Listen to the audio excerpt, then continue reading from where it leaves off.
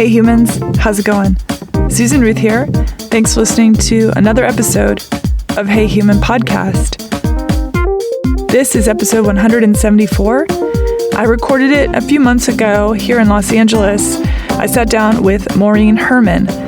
Some of you may recognize Maureen's name from music. Others may recognize it from writing, or maybe both. Maureen Herman was the former bass player of Babes in Toyland. She actually was in the band twice, and she'll talk about that in this episode.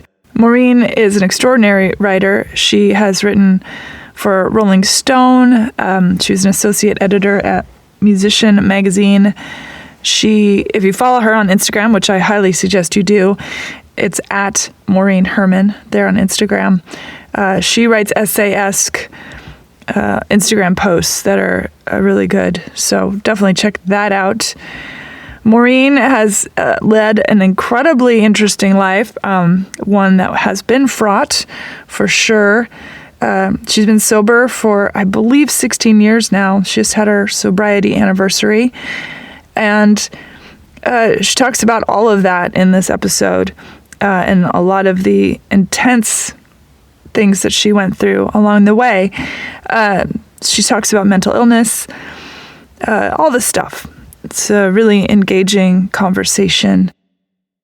If you or someone you know needs somebody to talk to in case of sexual assault, 1-800-656-4673. That is the number for RAIN. Internationally, that number is 202-501-4444. So that's for RAIN. And then if you need help with mental illness or substance abuse issues for you or someone you love, 1-800-662-4357. That's the United States number. Please, I urge you, if these are things that are going on in your life, reach out to someone. I know it's hard, but there's somebody there to help, and, you're important, and we want you around, and we want you to get better. So definitely write down those phone numbers for yourself or for somebody that you think might need them. Usual stuff, social media, Hey Human Podcast on Instagram and Facebook. You can find my personal social media at Susan Ruthism all over the place. The Hey Human Podcast website is the place to find a links page that I curate based on every episode. So books and movies and articles and things like that you'll find there on that links page. Rate and review Hey Human on iTunes, and Amazon portal is on that heyhumanpodcast.com website. It is the way for you to support Hey Human if you are so inclined. Go through that Amazon portal, shop Amazon like you normally would, and that really helps out Hey Human. What else? Susan at heyhumanpodcast.com if you'd like to reach out and say hello. If you want to check out my stuff personally, go to susanruth.com. You can check out my music on iTunes under Susan Ruth. I think that's about it. Let's get into this, and thanks for listening, everybody. Here we go. Maureen Herman, welcome to Hey Human. Thank you for having me. Thanks for having me be a human. Absolutely. I'm very excited. We are here in your lovely home. And which thank you for inviting me over. Absolutely. I'm a bit of a gypsy right now, so I'm all over the place. We met by divine intervention, I think.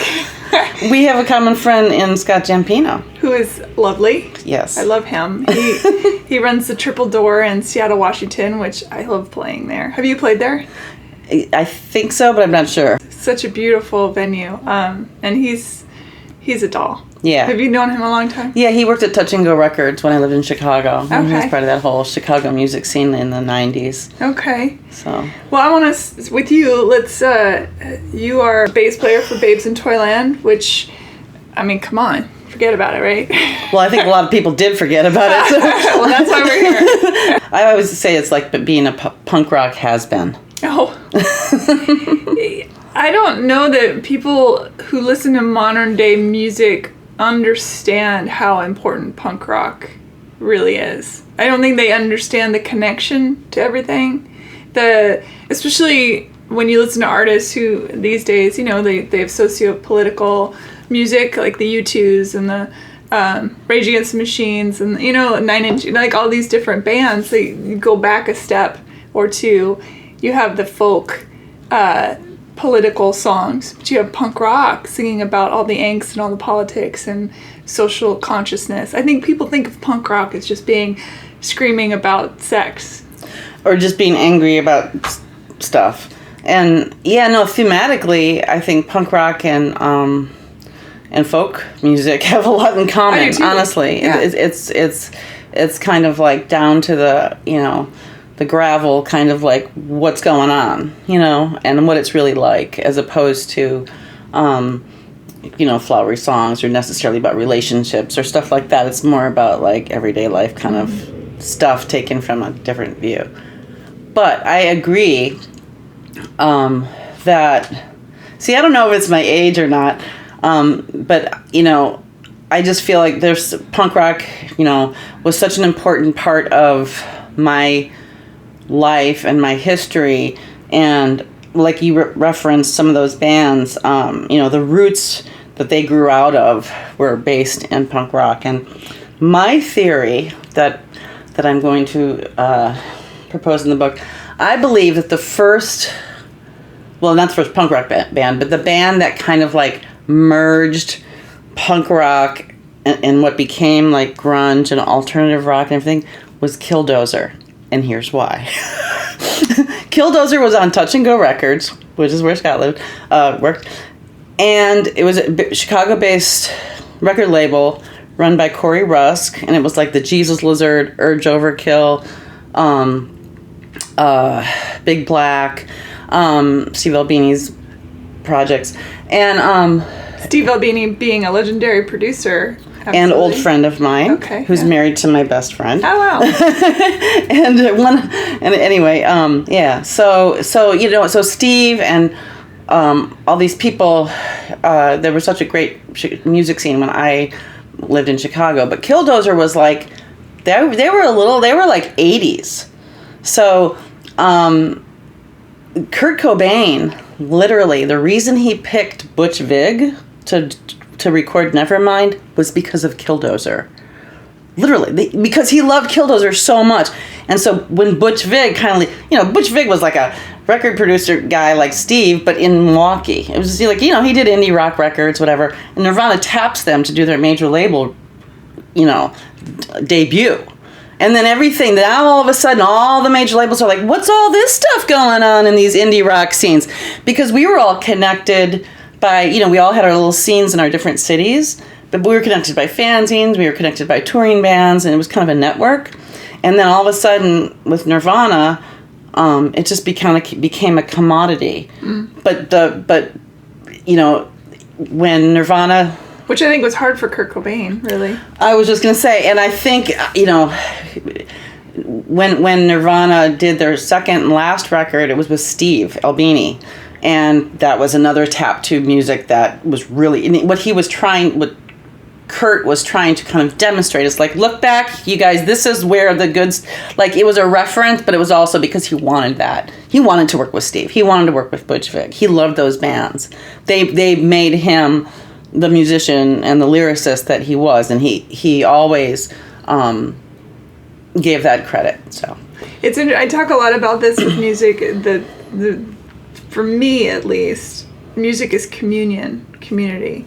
And you speak about the zines and the networks and the fact that all these different bands and all these different cities, they'd crash on each other's couches when they came through towns. They really were a network of support for each other. And I do think that perhaps the machine of music now has done away with that in a lot of ways. It's unfortunate, right? Because if you sat down and did, say, the family tree of even Nirvana and the band... I can't believe you just said that. Why? Just got goosebumps. Because I want to put a tree in the book of the bands. Because there is... Because there's a genealogy. There's 100... That gives me the shivers. I think so, absolutely. And As a writer and a performer myself, to me it's really important to touch the roots, to go to the gravestones, to dig down into the mud and see where that first moment happened, where the lightning hit the water and the mud and it created the first being of music. I just think that's so important, and it gets lost. And it's not something that you do purposefully. Like, you literally discover music, and it's like, when you talk about going down, to the roots and the gravestones and the hard foundations, it's, my story of why I got into punk rock is kind of strange, but it's about exposure. And when I was in grade school, my best friend, Stephanie Brown, her brother was an album designer. And he did the Clash, Give 'Em Enough Rope. He did the Tubes. He did the Stranglers. Some really, right? Oh, wow. Now, this was in this was in the late 70s. Okay? Because I was a freshman in 1980. So it was very early 1980-ish, around there, whatever. Anyway, so she would come to gym class with a Patti Smith shirt on and stuff, because she was exposed through him to all this music. So, she was my friend. So my first concert was the Stranglers. Which is if I'd known what that even meant then, I would have been oh my God. But I was just this is this band that, Stephanie's brother did an album cover for, because we got to go backstage. We got to meet the band. I got to play the drum set. Whenever we went to a show, we were on the guest list because Hugh would, her brother would put us on. Were you already playing an instrument at this point? Oh, God, no. I was just going what is this stuff? But my ear was opened to a different kind of literally a dissonance and a different kind of thing than I had been exposed to on AM radio as a, kid who grew up in this, white suburb of Chicago, Libertyville. Just, the regular pop AM stuff and, Fleetwood Mac and Leonard Skinner and all that stuff. And then it was but then I had this side thing. And then, so when I would hear those kinds of things, when I moved to LA when I was 19, a friend of mine gave me a cassette with Big Black, the Big Black album, Lungs, which is an EP, their first. That's all I had for the first month to listen to. So I listened to it constantly. And on the other side was Mission of Burma album. And I think that really affected me, because it was after that, it's I definitely had the ear for underground, alternative, whatever you want to call it, punk rock. Was bass the first instrument you picked up, or was it drums? It was, my brother was a bass player, and he played in a garage band in high school, and so he taught me how to play Smoke on the Water when I was 12, but I didn't really have any interest in it. But then when I was 20-ish, my brother got his hand caught in a pasta machine, and it was flattened because I shouldn't laugh. I'm so sorry, John. So he was working in the basement, and the guy was vacuuming upstairs, so he couldn't hear him screaming, and he couldn't rewind it. And so he had to wait till the guy was done vacuuming, and then they couldn't get it out, so they had to get the fire department, and he had to wait for them to unscrew the fucking thing, get his hand out. It's pretty bad. Holy shit. It's really bad. It's better. He recovered in years to come with therapy and whatnot, but it was fucked up. Oh my God. And so he kind of reluctantly just gave me his bass. Ugh. And because at the time I had a roommate who had a drum set, and I was just fucking around with music, and he's just well, here, you can have, and he's never seen me to this day play live. Shut up. It's not he's mad, but it just was just too painful for him. I think it may have been. Sure. Maybe not. We have these ideas of who we are, and then one doorway. Because, I didn't sit there and noodle. He really knew how to play. I just was self-taught and, whatever. Anyway. So, was your childhood what would you call normal, abnormal, or? I think it was a super normal setting, but, there were cracks in the sidewalk. It was, I think, it was kind of Twin Peaksy in Libertyville. We had,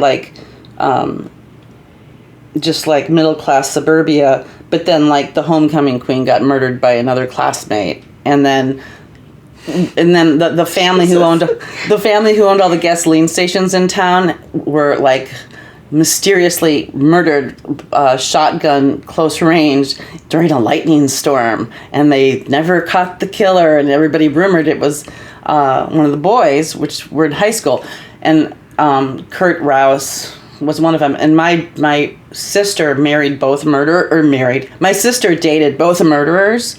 So she dated the guy who murdered the homecoming queen, and she dated Kurt Rouse, who killed his parents at close range with a shotgun. Wow.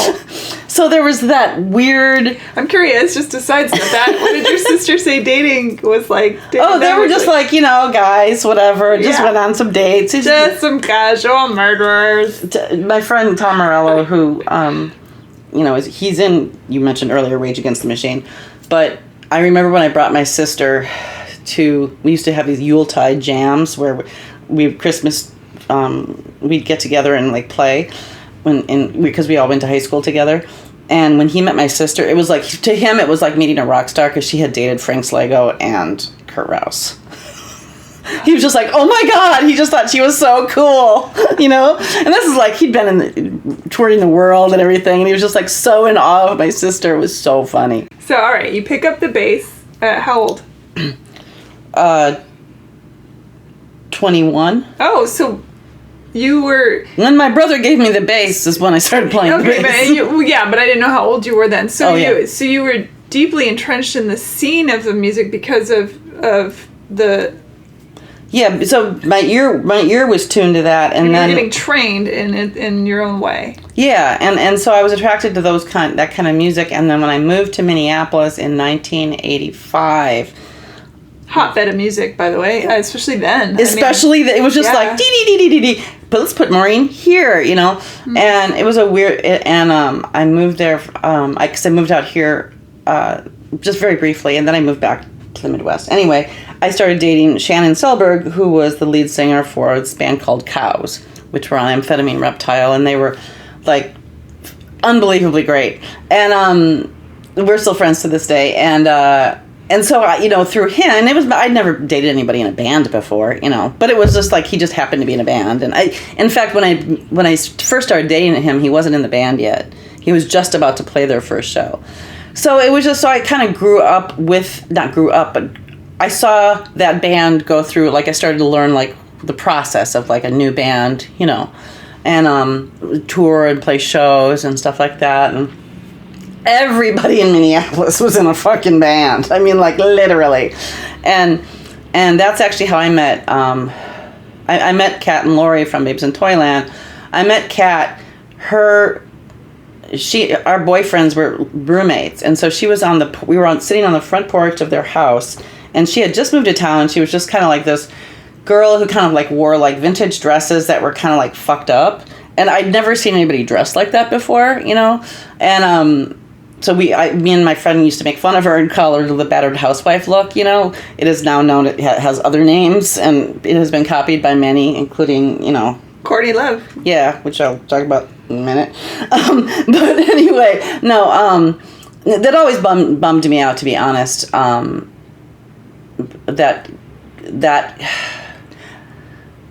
Because when Kat was, let me go back to the porch. So we were on the porch, and she had a boombox, and she's like, "Do you want to hear my new band?" And I'm like, "Sure," and she plays me this god awful fucking shit, just like horrible, and I'm like, "Oh, that's great," and because I was just like, "That's so cool that you're in a band," I'm so glad you started a band. That's great, and they started playing shows, and that's your Midwestern kindness, right? Yeah, he's just like, "Oh well, I wanted to be encouraging." Yeah, totally. It sounded horrible. Absolutely. And Lori Barbera was the drummer, and she had been a friend of mine from the scene already, and it was like, oh, so when I saw their first show, which was at a party, and I thought they were great. And Kat only sang like a couple songs, and afterwards I went up to her and I'm like, you should sing like more songs, because I thought they should be a 3-piece, and they eventually were, but I saw them slug it out, tour all over the country. play shows, deal with a lot of bullshit, and finally get to a really, good spot where, Sonic Youth was asking them to open for them on European tours and shit. And that's when Courtney came to Minneapolis. Courtney Love. Yes, Courtney Love came to Minneapolis for a while. And the reason I pause and I feel emotional right now is because Kat went through a lot growing up, and she was now finally making a mark on her own with this music and her lyrics and everything. And she was one of a kind. She had a Rickenbacker, she had this style, her hair with the red barrettes and all that stuff. And it wasn't a cliche. It was just how she was. And so later, Courtney came to Minneapolis, hung out for a while, claimed she went to a practice, like just literally went to one of their practices, and that's how she claimed she was in the band. And every time I see it on Wikipedia, I delete it. She was not in the band, as Kat can attest. Anyway, she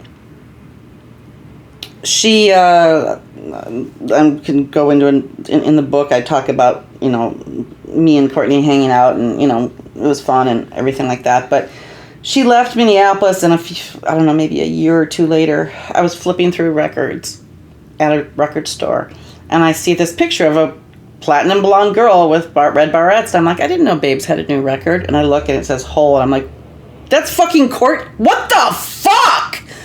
I thought, oh my God, Court, what are you doing? Her hair was brown when I knew her. She didn't dress like that. And so she had literally gone to Los Angeles, lifted Kat Spurcell, even got a Rickenbacker guitar. And she totally stole her. She stole it, but because she was in LA, she was noticed first. And to this day, it really... Did you call her out? I'm curious. I mean, you probably talk about it in the book. And the book we're referencing is your memoir that you're writing now. And we'll get to that too. But just in case we were like, what is this book? Yeah, no, I don't want to get off on tangents. No. I don't want you to give too much of the book away either, because I want people to read it. But it's fine. Did you call her out? Did you? Because you knew her, and did you say what? I never had an opportunity to really... I always did in interviews with the band. Whenever anybody would say, were you influenced by Hole? Kat's face would just... You can imagine. She was... So, I would just go, no. That's... You have got the chronology wrong. Do your homework. Another reason for the family tree. Yeah, another reason. So, but it really hurt her literal heart. It was like something got stolen from her, because she was always seen as like now she was just a female band. She was just another female. Oh, they're all the same. See, they even dress the same, and there's a thing. And before that, they were a band, just like all the other bands in Minneapolis. They just happened to have, you know what I mean? Mm-hmm. It wasn't like they're the girl band. It wasn't like that. Mm-hmm. But now we were ghettoized, And so I was a fan and watched their shows from way back. And how did you come to be a part of Babes in Toyland? Somebody always has to die or get mangled for me to move forward in my music career. But anyway, Joe Cole got murdered, and he was Henry Rollins' roadie and best friend, and he was dating the original bass player to Babes, and she could not take it, and she quit. Hi. So it was just really awkward and weird, and kind of but they had just signed to a major. And I remember, and I had just been fucking around with music, and whatever. I had been in a couple bands, but nothing, whatever. And I got this call. I was sitting in my office. I was going to Columbia College in Chicago, and I was working in the English department, and I get a call from Lori saying, Michelle quit, do you want to join the band? And I'm like, because I had just, I had finally gotten myself in this situation because I really wanted to be a writer, You're an exceptional writer. Oh, well, I'm not just you. saying that. You are an exceptional writer. Having been graced with some of the articles, we'll talk about that stuff too, but holy moly. Thank you. True talent, for real. And we're talking about journalistic quality, just good stuff. No, thank you. And I loved writing, and I wanted to be a writer, and that was my goal. And I had really struggled with financially to be able to go to college, and all I ever wanted was just English degree and just be a writer and just be happy. And it never worked out. Now because I was working full time in the English department, one of my benefits was to go to school for free. So I was like taking writing classes at Columbia College, Chicago, had a great job, had health insurance, was pretty fucking happy. My boyfriend was in the Jesus Lizard. He was the bass player. I was good. And I don't mean like I'm saying, it's just that, by then, babes weren't like a big deal yet, It was just kind of like, and I knew what it was like to slug it out on the road. I'd seen the Cows do it. I'd seen Jesus Lizard do it. And I'm like, oh my God, And I said, well, okay. And I kind of was unsure. And she's like, well, why don't you come up to Minneapolis and audition and play. Let's see how it goes. And I'm like, okay. I was still kind of on the fence about it, And when I got up, when I got off the phone, I hung up. And I'm like, what the fuck did I just do? What the fuck did I just do? And it just felt like, I was just about to do my thing. What am I doing? Just let's just. And then I thought, you know what? It'll be fun for a little while. All right, fine. This can wait. Let's go see. And then I'm like, fuck, I don't know how to fucking play bass. I mean, I don't know, like... Were you a party girl at all by this point, or no? Were you pretty straight and narrow? I was definitely drinking. Yes. I didn't start drinking alcohol until I was like 22. But I quickly caught up. But what was I just saying about the that you decided it would be fun to so I went and auditioned, but I was just like, well, I know how to make stuff up, but I don't know how to like play other people's songs. Like I can play bass, but I'm not like I've never played covers. I don't know the names of the notes. I don't know anything. So Dwayne Dennison, who was the guitar player for the Jesus Lizard, who now resides in Nashville, Tennessee, he was a guitar player, and he's also, he's got a degree in music, and he's a music teacher. So he fucking sat me down, and he taught me all the Babe songs. Just like over a weekend, Just sat me down, and I'm like, okay. So I went up to the audition, fucking nailed it. And they're like, holy shit. And I'm like, you don't even know. I don't know how to play anything else, you guys. Like it's not like that. I'm just like, oh. And, I know I was chosen. Make it till you make it, whatever. I know. Well, that's one of my mottos. But I knew that I could write songs with them because I felt comfortable with them. And I knew that what was more important to them was that we were friends, all of us. And we had been friends for a long time. And they didn't want to just get, like... There were some people vying for the position that, like, wanted to be in Babes in Toyland. And I think they just wanted somebody... that Kat really thought I was funny. Like, and Lori... We just all were really good friends, just in the scene. And so I joined. And boy, things changed fast. So that's kind of the backstory of that. And... then it got real big, real quick. Yeah, we were in 2 weeks, we were on tour with Lush, on a national tour, opening for Lush, and then we were in the recording studio about 6 weeks later. How long was the ride? I did it from 1992 to 1996, almost 5 years. Yeah. That's a really long time for a band, by the way. Yeah. Especially a punk band, I would think. Yeah.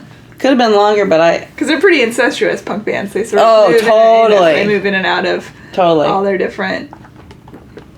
Totally. What are some of the highlights from Babes? What's something that just pops in your mind, just first thing? Timothy Leary loved our band. And I thought he was just like, he wanted to introduce us to on Lollapalooza. And we were on Lollapalooza, and he was like doing one of the side things or whatever. And I had read something he wrote, and I was really impressed with him. And anyway, he came up to me the first day, and he's like, and he like played air bass, and he's like making the bass sound. He's like, and he like did one of my bass lines. Like he literally was like seriously a fan. And I guess his son really liked us, so he'd heard us a lot. And I was just like, oh my God, this is so weird. Because he came up to me like, oh, I love the da-da-da-da-da. I'm just like, oh my God, it's fucking Timothy Leary. Holy fuck. And then he was just so sweet. And it was just like, and I remember, with this one time going into the hotel bar, and he was just sitting there by himself, and we ended up talking. And it was just, to meet somebody on that level and connect. And at the end of the tour, I'll never forget this, he came up to me and he said, that's the last time I saw him, he said, thank you for never asking me about LSD or the 60s. And I'm like, you're welcome. Because, we would talk, and I wasn't doing the usual, like, so what was it like when? Did it? We were just talking. We were talking about whatever. Yeah, you're being human beings, not fan-fucking each other. Yeah. Yeah. So. Yeah. That was fun. I think that there's a certain level of, especially when you become as a Timothy Leary is, you probably miss just good old-fashioned conversation. Well, that's what it felt like he was thirsty for. I think he felt often that he was being interviewed, just in conversation, and didn't get to really connect with people. And so I was glad. I certainly wasn't gonna. I would consider that rude. Yeah. To do that. Did you keep writing journalistically or essay-wise along the way during those 5 years? I started doing morning pages way back in 1986, or whenever that book, The Artist's Way, came out. And so I always kept a journal, always. And since I was 12. And so I wrote throughout the touring and all that, throughout the band years. And then at the end, Cream Magazine was still a thing, and they asked me to write an article for, they were doing guest writers, and I just wrote something. And it was like, oh my God, then all of a sudden Jan Uhelski, who's this famous rock writer woman, who's, which was rare at the time, or ever, kind of taps me a little bit you should write, and I'm like, well, yeah, I love writing, and then I wrote something else, and then when I quit the band, which I get to in the book, but I quit the band in 1996 because I had a choice. Our record deal had just, it expired or whatever, ran its course, so it was time to sign a new one.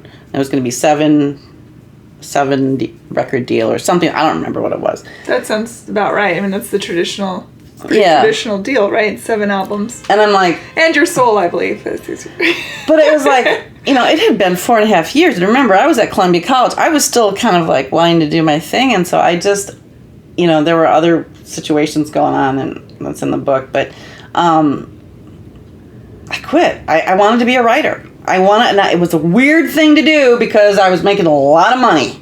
It was a weird fucking thing to do, and I still to this day don't know how I did it. But I just quit. And I just was I'm going to be a writer. I'm going to be a fucking writer. I'm going to be a writer. And within weeks, I was back at Columbia College, and I took an English comp class, and my teacher took me aside afterwards, and he said, look, don't bother with school. And I'm like, but I want to be... He's like, you're good. Just go. And natural talent. He goes, you're fine. He goes, let me give you some introductions to the local, weekly paper. And he did, and within literally a year and a half, I was associate editor of a national magazine, Musician Magazine, in Nashville, Tennessee. Oh my God. It was just weird. It was insane. And then Rolling Stone. And and it helped because I was in the band. This was the greatest thing. I could get interviews with anybody really easily because it was just Maureen calling. I'm the only one who got to talk to Zach De La Rocha after the infamous MTV incident. I was the only person he talked to. Let's talk about that because I don't think people know what that is. Rage Against the Machine was up for a MTV Music Award, and Limp Bizkit got it instead, and the bass player Tim Comerford jumped on the stage and climbed up one of the columns in the set. It was just it was insanity. And Zach was embarrassed honestly, is what he told me. And he just, because they had worked so hard to have their music mean something, and then to have that reaction to an award, it seemed like it was like, that's no big deal. I understood where he was coming from, especially having toured with them and seeing how important their politics were to them, all of them. But it was like kind of a thing. It was a band, it's a rock band, but some people take things seriously and some don't. Tom was kind of like, well, that was whatever that was, that's Tom. But for Zach, it was just different. And I think that's where it all began as far as the breakup of that band. Mm-hmm. And I have that. It's still, you can still find it on, if you Google Rolling Stones, Zach De La Rocha, Maureen Herman, you can find that article. Yeah, I'll put that on the links page along with about 8 billion other things for this episode for sure. Sorry, I go off on tangents. No, I'm excited about it. I want all the stories. I mean, you've lived 12 lives and likely every cat life, and then started over with another set of cat lives too, right? What was going on with addiction at this point? At the point after I left the band. When did it get to its fever pitch? Because I don't want to jump around too crazy, but you've been in Babes in Toyland twice. Right. Yes. But I don't know exactly where your sobriety came along in the journey of all of that. So, throughout the 90s, I was an alcoholic, dabbled with cocaine, powder cocaine, and that's a modern age thing to say, the powdered kind. Well, it matters. It's significant in my story because I ended up smoking crack. Oh, so I don't want to. I didn't used to do that. I understand, and so that was a change. So I started. My drinking got bad after I quit the band. Not to say, as David William Sims from the Jesus Lizard, who was my boyfriend at the time, as he can attest to, I had problems with my drinking, definitely, prior to that. Definitely. But now that I was not touring, I noticed, because in touring life, drinking is normal. And now it was 10:30 at night and I wanted to drink. I noticed. But why? Why did I want to drink? It was 10:30. I wanted to drink. Okay, let's go to a bar. Okay. And it started and it began, and it just, and I was trying to figure out who I was, and and shortly after I quit the band, I was married at the time, and that ended badly, but necessarily. And because, significantly, remember when I told you I quit the band because I wanted to be a writer? My husband at the time was really excited when I got a temp job as a secretary at a bank. And I said, oh my God, this is the worst. He's like, no, maybe you can get hired full time. I go, I want to be a writer. And he goes, well, you're not going to make money at being a writer. And I'm like, who did I marry? I was just like, in that moment, I knew my marriage was over. Oh, fucking ver. Over. And so, what a lot of people don't know, and, some people think I was just whatever, but that was really significant for me, and it was over. And so I ended up starting to see somebody before I was divorced, and it looked like I was having whatever. It's fine. Chicago. But I was kind of a pariah for a while in Chicago, and that kind of put me deeper and deeper. But I became a crack addict after I went to treatment for alcohol. Okay, let's get into that for a second. because they should put that on the Betty Ford sign. I know, it's like, and it's not to diss treatment centers. However, I have a very strong feelings about the kinds of treatment that work. But I went for alcoholism. It was great. I learned a lot. Music Cares, which is the Grammy. God bless Music Cares. Yes. They do a lot of good. They do. I've seen. Maybe not for you, but... No, they do. Yeah. They do. They're great. They have their problems, but that, every nonprofit does. I've seen them help a lot of friends get through a lot of tenuous, terrible things. They have some strange rules and they tend to treat their clients a bit suspiciously like criminals. And that's unfortunate, but I'm so grateful that they were there to pay for treatment for me for the 28 days that when I was in New York and needed it. And the only reason I kind of say that is because people have died. I know a friend of mine whose friend died while he was waiting to get approval and from them, and because the process is very slow, bureaucracy. I think that's a flaw with them. Yeah. But anyway, so I got sober for a little while, and but it was a 28-day treatment thing. So I went for 28 days, and then I was let out. There was no aftercare. There was a little bit of thing, and you should go to meetings and whatever. But it's Did you go? Yeah, I did, but it wasn't. I didn't understand then that alcoholism has zero to do with the beverage of alcohol. It is a symptom of a brain disorder, and in November 2016, the U.S. Surgeon General reclassified addiction and alcoholism as a brain disorder. Mental illness. Is that what you mean? It's a how I have depression, which is a mood disorder. Alcoholism is a brain disorder. Oh, interesting. Okay. It's not a psychiatric. Okay. It's a disorder of the brain, however you want to categorize it. Got it. They probably would have done what you're talking about, I know it's the genetic component. Without the genetic component, you can be a drinker and not become an alcoholic. With the genetic component wired in, then whatever it is you're dealing with then can lead to that. Right? It's about the reward system wiring. Okay, got it. It's literally about reward system wiring. So that's why it has nothing to do with the beverage. It could be about gambling or food or shopping. It's the addiction mechanism. Yeah, I see what you're saying. So in a normal person, they would have a drink and feel relief.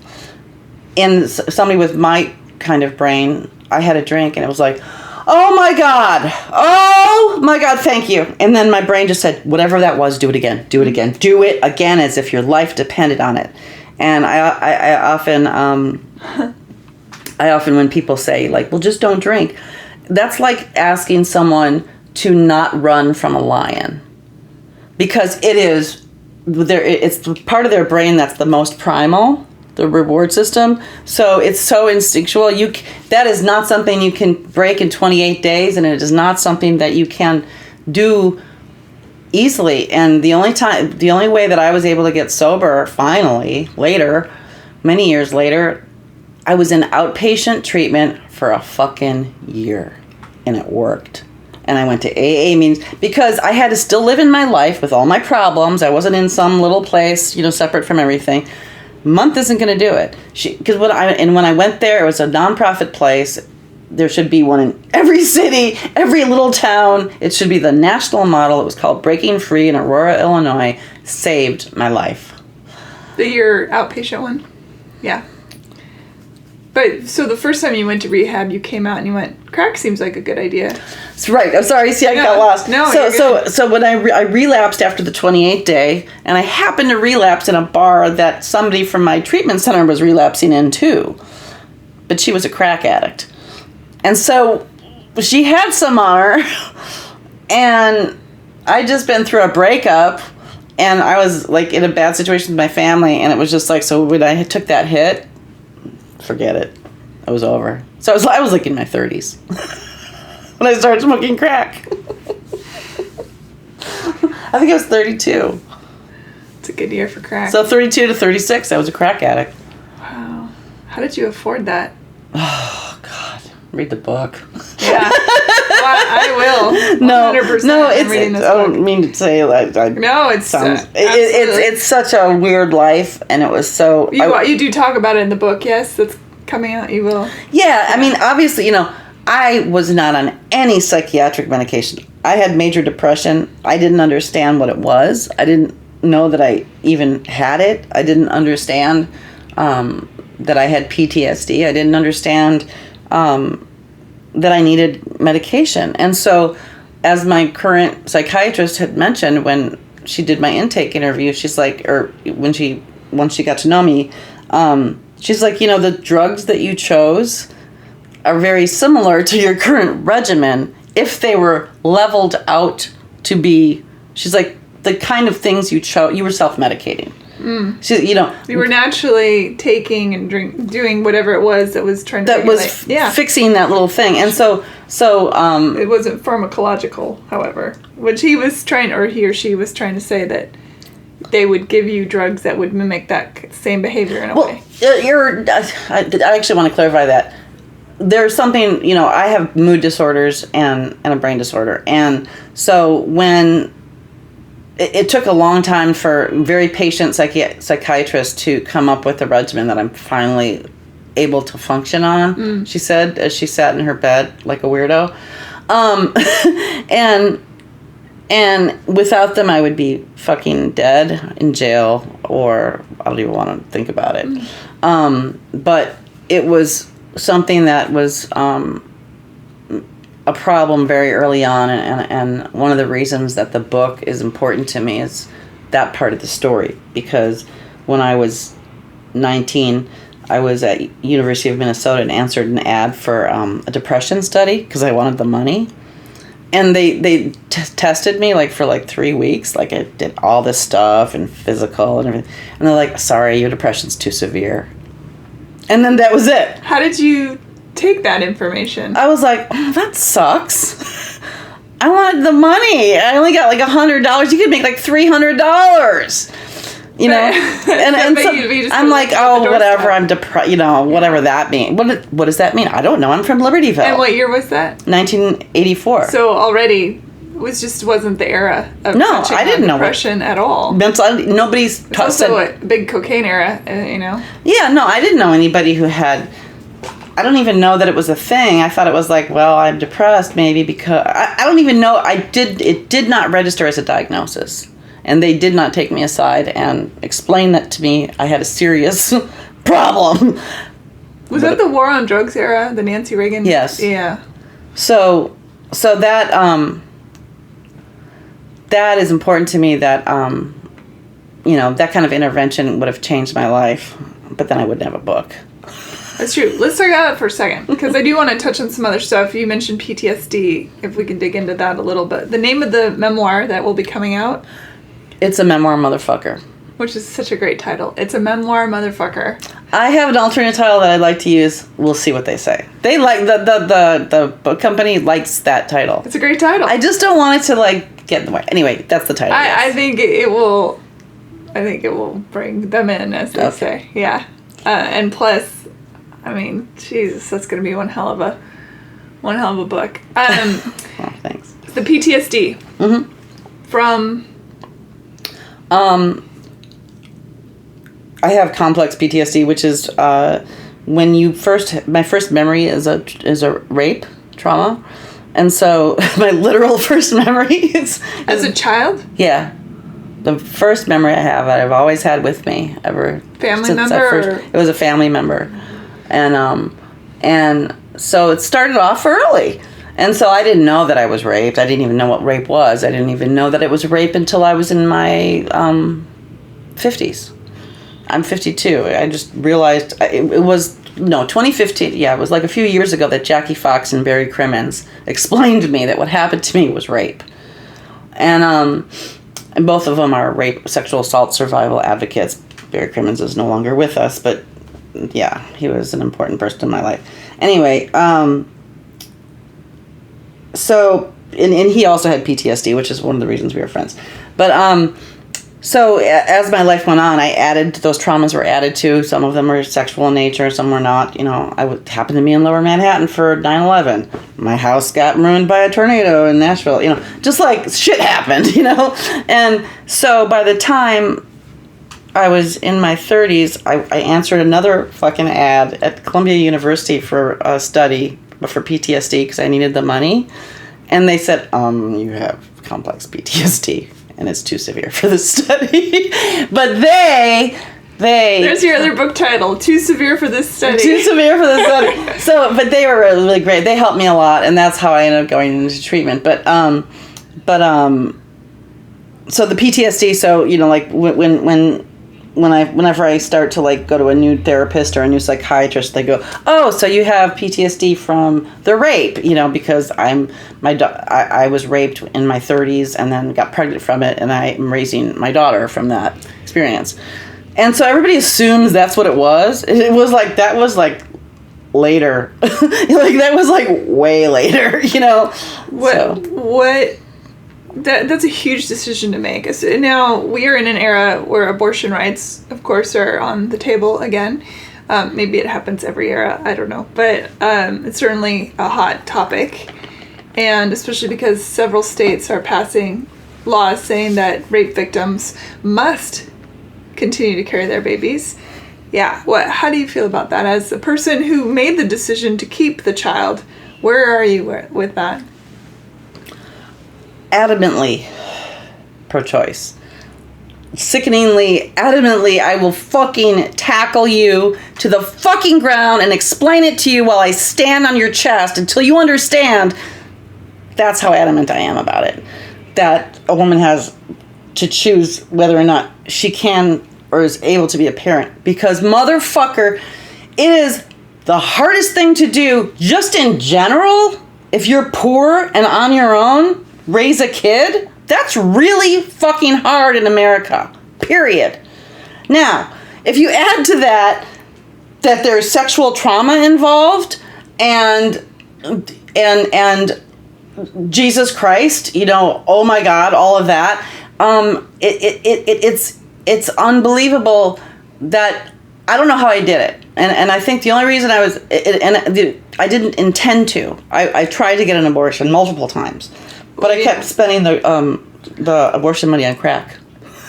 So you were on crack, and you were raped, and then got pregnant, and didn't get to get the abortion because I kept spending the cash. So does that mean that the decision to not have an abortion was sort of made for you in a way? Yes. Okay, because there's a timeline when they're like, nope, not a good idea now.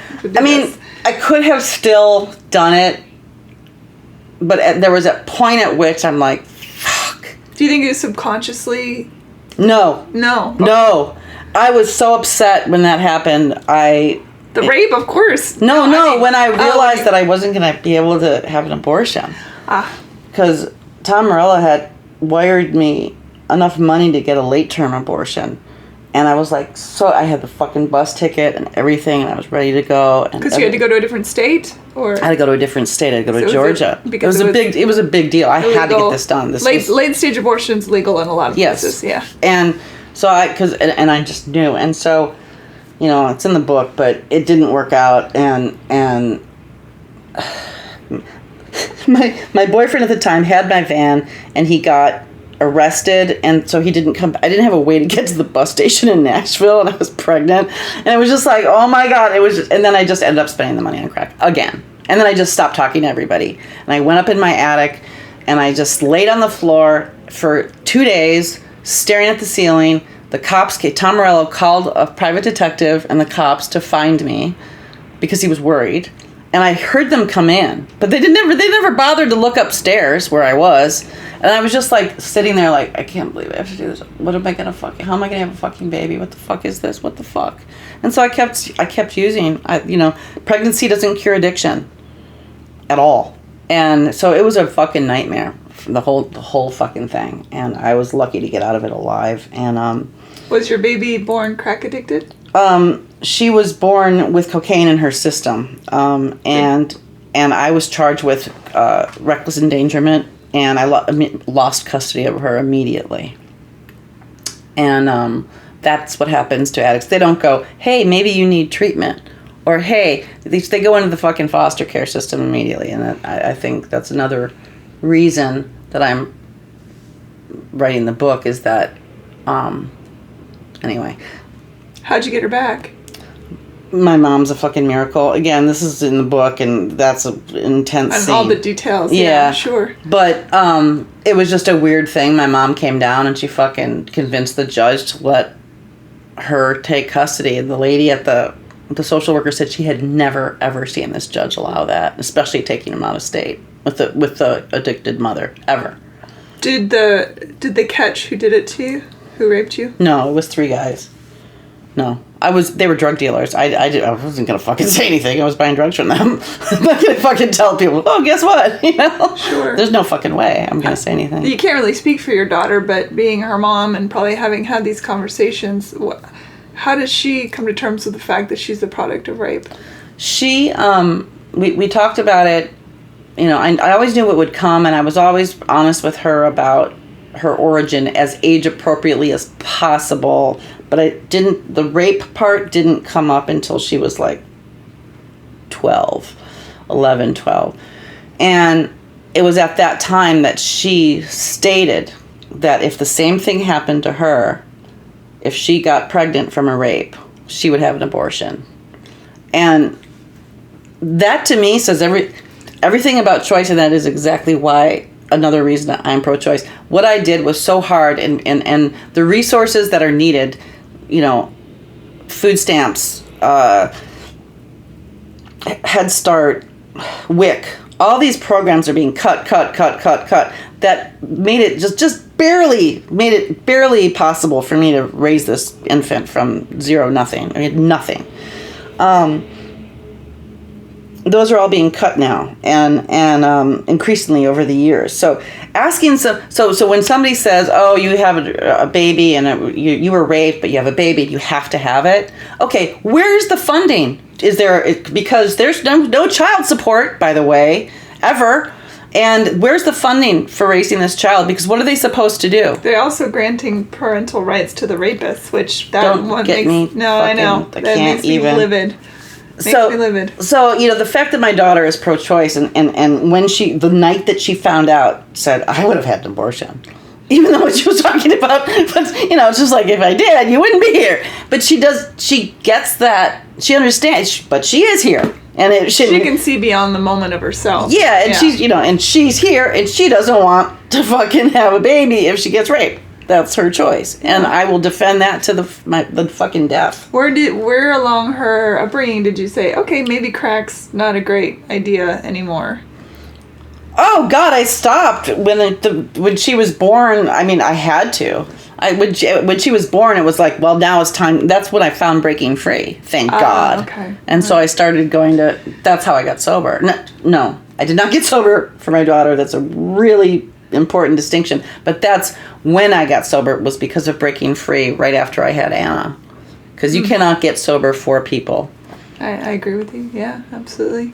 Having many friends who have gone on that journey until it's you yourself. Yeah. Yeah. Incredible. I'd like to just touch on, again, I know all of this is in the book, and I do hope that everybody listening reads this book, because it's going to be, I cannot stress how good a writer you are, and I imagine that this is going to be one of those books that you start reading and basically you ignore all your phone calls and texts, and you just sit in a place and read it start to finish. I know that that's what it's going to be for people when they read your book. You've said, when we met, you and I talked on the phone and planned this, and you sent me some articles, Boing Boing, right? And a couple others, and I was just like, I mean, because people send you stuff and you read journalism and you're like, oh, it's pretty good, whatever. And I love words. I'm a big fan of words. And when you sent me those, I immediately sent them off to other people. I was like, holy, this is some good writing. You're there. You're actually there. That's a very tricky thing to do, I think, to be able to be a writer that immediately takes whoever's reading and puts them in that Raymond Carver looking in the window type of situation. Okay. Which I feel like you do. It's just you're master of it, I think. Wow, thanks. So, speaking of Boing Boing, you're in Babes in Toyland again. What year was this? 2014. And how did you end up getting back in there? Well, I reconnected with Kat over mental health stuff and sobriety, and she was and so we really bonded, and she came to the lake house in Wisconsin, where my family had a house, and I hadn't seen her. Oh my God, I hadn't seen her since we played a show in Hawaii in 1996 or talked. It was right back. It was so fun. It was so fun to reconnect. And we weren't. And then she's the one who brought up like playing again. Oh my God, seriously, I just signed a book deal. And I'm like, yeah, let's do that. Because of course now she's super excited and she wants to do it. And this is the worst time for me possible. Worst. And I mean, my fucking agent was just like, what? You know, I guess you could use this. Well, it's due in a year. You know, I'm like, okay. You know, so that's what happened with that. So anyway, so we did reunite. And I had these really rich friends that used to work at Google that paid for us to fucking reunite, which is a fucking miracle. Just fucking miraculous people. Chris Garakis and Eric Fredrickson. They kept bugging me to play for years. They're like, if you ever want to play, let us know. If you ever want to play, let us know. I'm like, it's not going to happen. And then I'm like, oh, shit. And so I texted Chris, and I'm like, remember when you said you'd help me if I ever wanted to do the reunion? And he's like, yeah. And I'm like, it's happening. He's like, I'm in! And he fucking started a little company and everything. They were so amazing, which is why when it ended the way it did, it was upsetting, not so much for me, but because of the people that had done such generous and wonderful things to make it happen, you know. Do you want to talk about the article? The article? That was the end of... Oh, the Jackie Fox article. Jackie Fox, by the way, for those of you that don't know, was in the Runaways. Remember we were talking about rape a minute ago? So, when someone discloses a rape, it's fucking hard. And this was way before the Me Too movement. This was 2015. And I read an article, the bassist for the Runaways, which was an all-female band from the 70s, was disclosing finally that she had been raped in front of people at a party when she was 16. And there were witnesses, there were people there. And it was just like, oh my, and it was this really like amazing article by this journalist, Jason Cherkis, who's fantastic Huffington Post investigative reporter. And it was so well researched and so well done. And I was like, oh my God. And then I kind of was following the story a little bit. And Joan Jett comes out with a statement basically dismissing Jackie's disclosure. Like, and I knew how hard it had been for Jackie to fucking come public, you know? And now Joan Jett was starting to cast doubt on her story. And I watched all the comments that Jackie had started to get changed to, well, you weren't really... I saw it happen. I fucking saw it happen just because Joan Jett, who is a feminist icon, dared to cast dispersion upon Jackie. I was so enraged and so angry that I wrote a fucking 13-page, single-spaced article and cut it down to like 7 that Neil Gaiman later tweeted, by the way. I read the article. It's exceptional, and I will put it on the links page. So where are you going next? What's the plan? You've got the book. I got the book. I'm kicking ass with it now, finally. I finally found people to work with me that understand that the book is written already. It just needed to be assembled. So there's no more writing to do, maybe a few little transitions and intros here and there, but I have a fucking great team called Team Motherfucker, and we are kicking ass and doing almost a chapter a day, and we're turning it in on July 1st.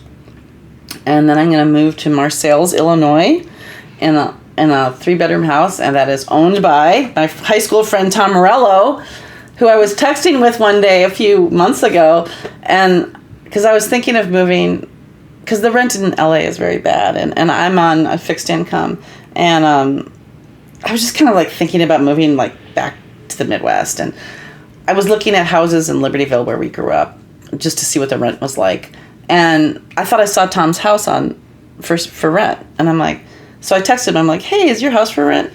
And he goes, no. And then like 10 minutes later, he texts me and says, but I have a house in Marseilles I'll rent you for a song. And I'm like, how much is a song? Like a Rage Against the Machine song or a Babe song? You know, like, what do you mean? And so anyway, we had to keep it between ourselves and not to, because it was all very like, how are we going to do this? So for very great price, I have a beautiful home that I'm going to be moving into August 1st. And I'm so excited. Tom Morello said, you are probably the only person in the universe ever, and ever will be, that would be so excited about moving from Los Angeles to Marseilles, Illinois. Mm-hmm. It's a tiny town of 5,000. Mm. I'm so excited. Anna's so excited.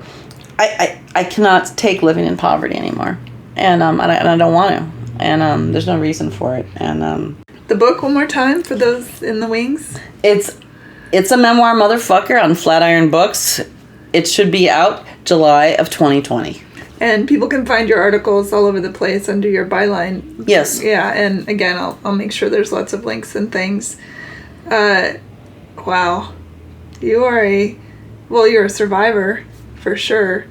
I'm really honored to know you. I'm sad you're moving away, because I feel like we've only just begun, as Karen Carpenter would say. Well, I am definitely one of those people that long distances do not change friendships, whether they grow or anything like that. Maureen, thank you so much. You're welcome. Thank you for doing this. It was fun to talk about stuff, and I hope it wasn't too tangential. No, it was wonderful. And everyone, please read Maureen's book. It's going to be an incredible memoir. You will not be disappointed at all by it, I'm sure. Thank you. You're welcome. Thanks everybody. Thanks for listening. Rate and review Hey Human on iTunes. Thanks. Bye.